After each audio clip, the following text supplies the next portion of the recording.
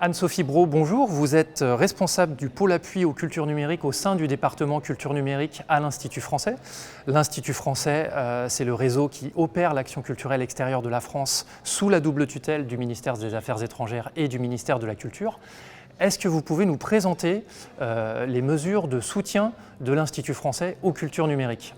Alors oui, donc le pôle appui aux cultures numériques dont je m'occupe effectivement a pour mission principale d'accompagner dans leur développement à l'international les acteurs français de la création numérique.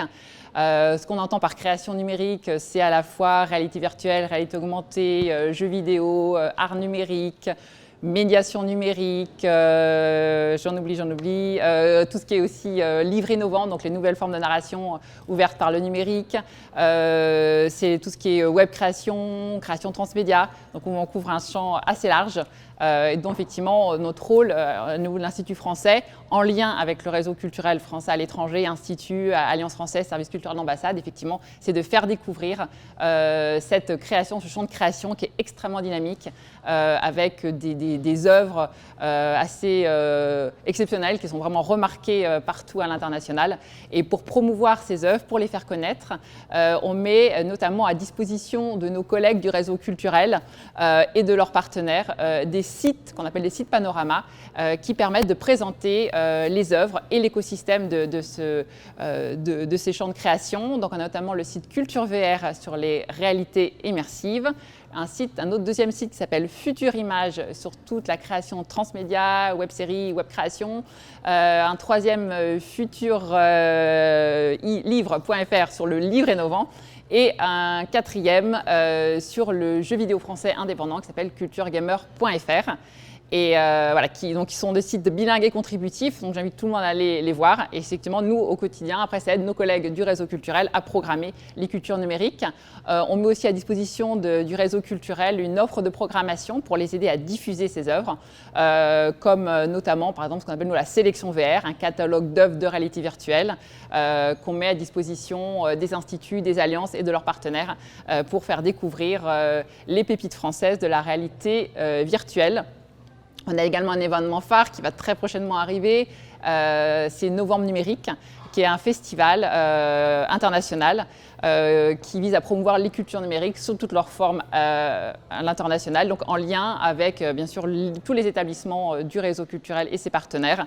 C'est une programmation tout à fait pluridisciplinaire, transversale, qui permet de présenter la création numérique française et d'interroger les usages et les enjeux du numérique aujourd'hui. L'Institut français soutient aussi les producteurs français et les met en contact avec des producteurs étrangers.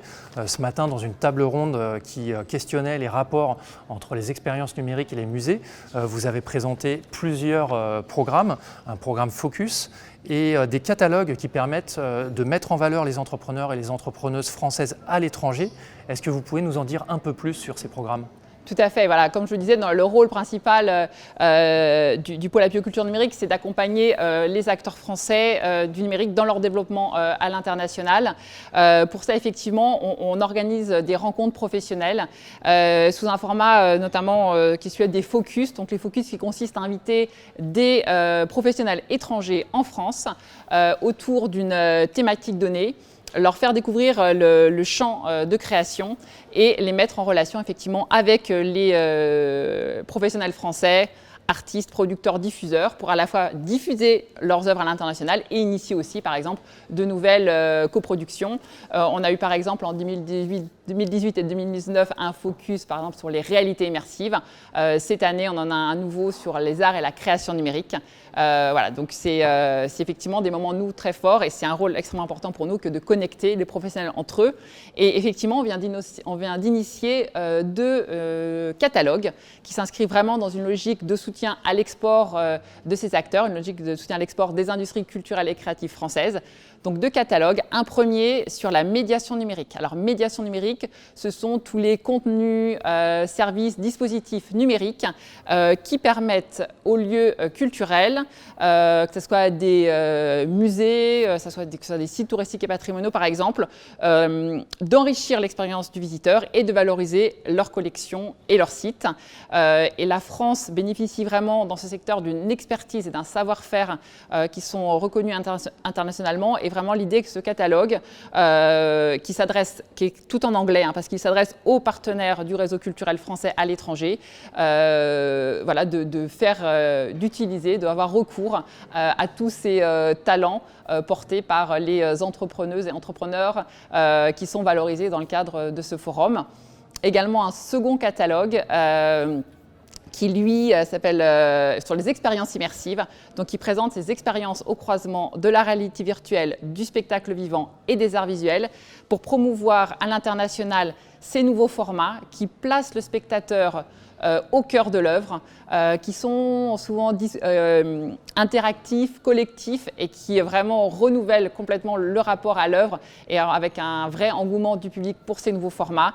Et on a souhaité faire un catalogue, justement, une nouvelle fois à destination des acteurs traditionnels de la culture à l'international pour leur présenter ces nouveaux formats avec des fiches très pratiques, voilà, qui expliquent à la fois l'œuvre, ce que le visiteur va voir, comment les installer, comment les présenter, pour encourager la diffusion à l'international de ces nouveaux formats, tout nouveaux, mais extrêmement intéressants et avec beaucoup d'opportunités, en tout cas de développement à l'avenir, on en est certain.